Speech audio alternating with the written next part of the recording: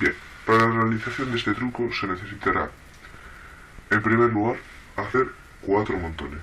Da igual, no hace falta que sean iguales. Y después realizaremos un proceso con los 4 montones, que es coger 3 cartas y posicionarlas en la parte de abajo, y después repartir una carta entre los 3 montones restantes, y lo mismo con el tercero. Una, 2 y 3. Lo mismo con el tercero. 2 y 3. 2 y 3. Lo mismo con el cuarto.